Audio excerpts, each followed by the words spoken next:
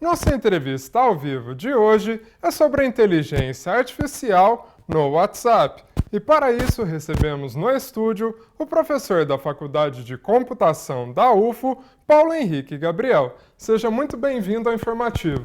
Muito obrigado, Matheus. Boa noite. Obrigado pelo convite. Para a gente iniciar nossa entrevista, eu queria te perguntar qual que é o papel das inteligências artificiais, né? Para quem não conhece, antes da gente falar especificamente do WhatsApp, o que significa todo esse contexto da inteligência artificial? Bom, a inteligência artificial é um conjunto de ferramentas, né? A gente fala no jargão da computação, um conjunto de algoritmos, né? Que tem o objetivo de reconhecer padrões, interpretar padrões dentro de diversos contextos, imagens, textos. A ideia é que você interprete o padrão para tentar tomar alguma decisão de maneira automática.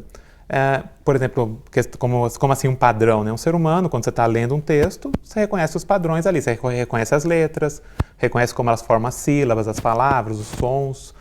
Então a inteligência artificial veio de uma forma, por exemplo, tentar automatizar isso em outros contextos. Por exemplo, reconhecimento de voz, reconhecimento de imagens, identificar, por exemplo, tumores em imagens médicas. Então tem toda uma aplicação que já está sendo feita, né, mesmo não só dentro de universidades, mas mesmo já em mercado. Agora, acabamos de ver aí uma reportagem sobre o Pix. Já tem inteligência artificial sendo usada para reconhecer fraude em transação financeira, justamente ver um padrão diferente numa transação. Aí você bate o olho naquilo e pensa, opa, se teve um padrão diferente, talvez ou mudou o perfil daquele consumidor ou está acontecendo uma coisa inesperada. E agora falando especificamente do WhatsApp, qual análise você faz dessa chegada, né, da IA no WhatsApp, numa nova ferramenta ali, auxiliando esses usuários, né, que a gente sabe que no Brasil é um aplicativo de mensagens muito usado, né? Sim, não só no Brasil, já tem, se não me engano, já tem mais de 500 milhões de usuários no mundo dessa nova inteligência artificial, né, da Meta.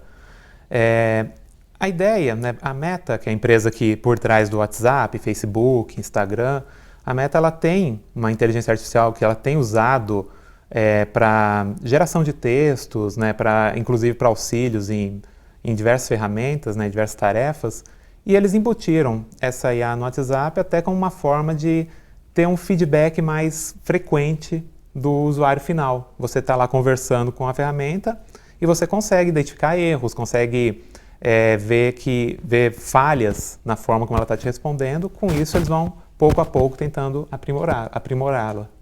Hoje, quando a gente fala de inteligência artificial, muita gente associa ao ChatGPT.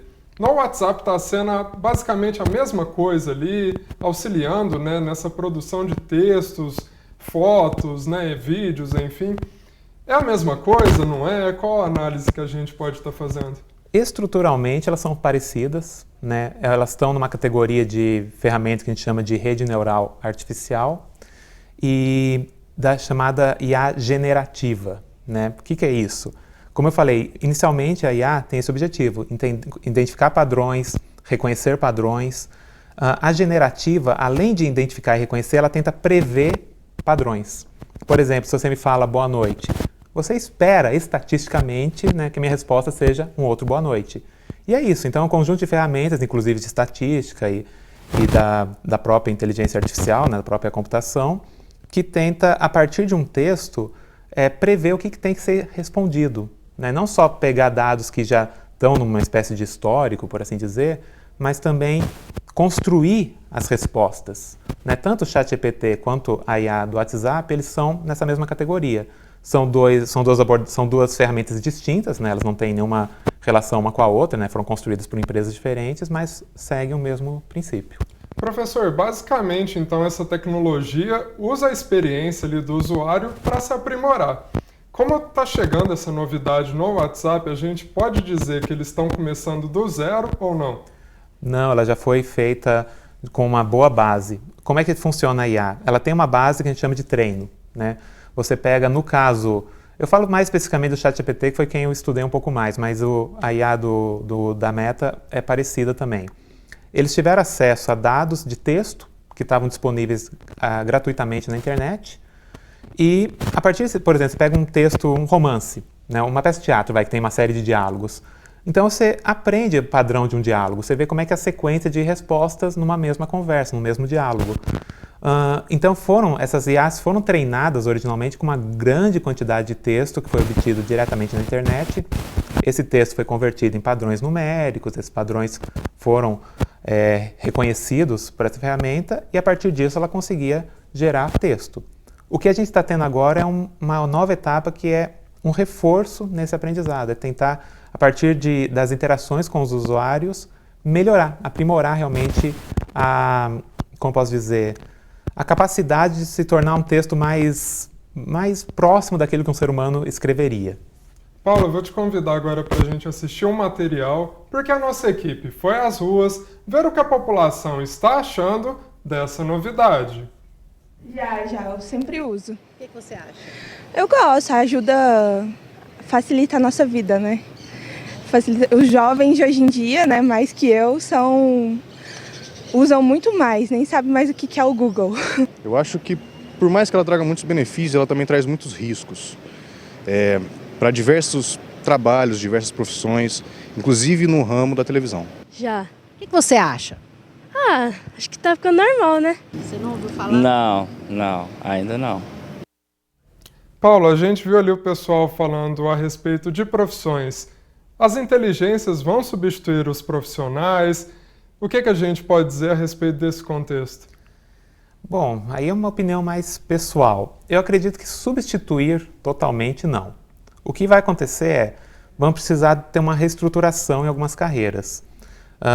Por exemplo, está se falando muito hoje da IA gerando imagens e substituindo profissionais da área de designer. Acredito que esses profissionais vão ter que começar a usar mais essas ferramentas, não só talvez para não fazer uma arte do zero, mas a IA gera uma versão para ele e ele pode aprimorá-la.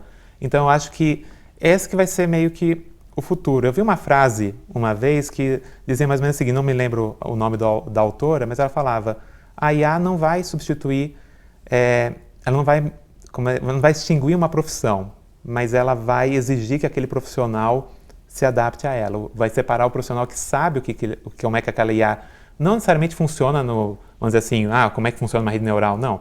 Mas sabe como aquela IA se comporta e consegue usar esse comportamento a seu favor.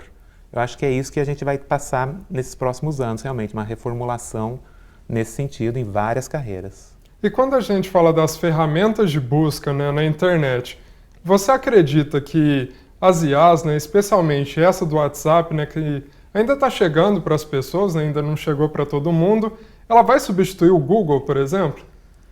Na verdade, o próprio Google já está usando uma IA para sumarizar respostas, né? Se você digita alguma pesquisa no Google, a primeira resposta já é uma resposta gerada por uma inteligência artificial.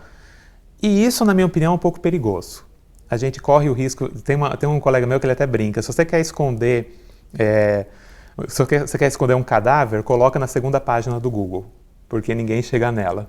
Com essa facilidade, corre-se o risco de você começar a ficar cada vez mais enviesado numa busca.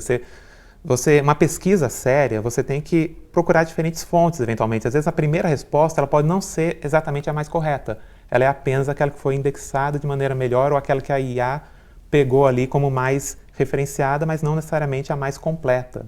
Então, é necessário, sim, ainda desenvolver esse senso crítico, pesquisar melhor as fontes, olhar as próximas respostas. Será que realmente só isso é suficiente? Só a primeira resposta atende ao meu critério de busca ou ela está limitada dentro do que eu preciso? Excelente, Paulo. Muito obrigado pela sua participação. Eu que agradeço mais uma vez o convite e boa noite. Seja sempre bem-vindo.